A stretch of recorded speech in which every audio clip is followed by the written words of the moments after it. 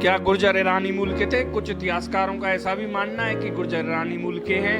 Canadian महोदय गुर्जरों को सूर्य का उपासक होने के कारण ईरानियों के साथ जोड़ते हैं। उनका मानना है कि गुर्जर ईरान से आए थे।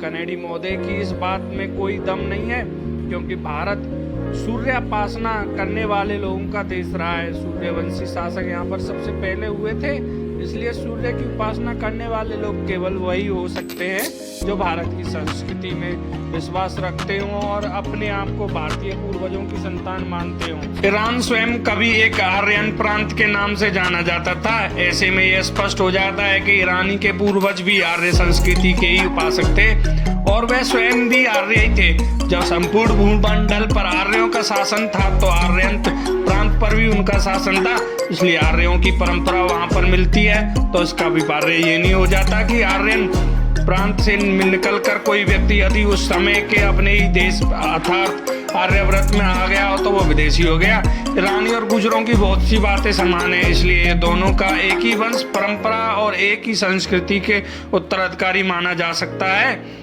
ईरान हमारे लिए विदेश नहीं था और वहाँ के लोगों की और भारत के लोगों की उस समय की परंपराओं में कोई विशेष अंतर भी नहीं था।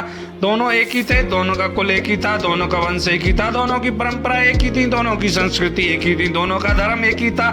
तब आज भी कुछ समानताओं को देखकर वहाँ से गुजरों का निकास मानना उचित नहीं है।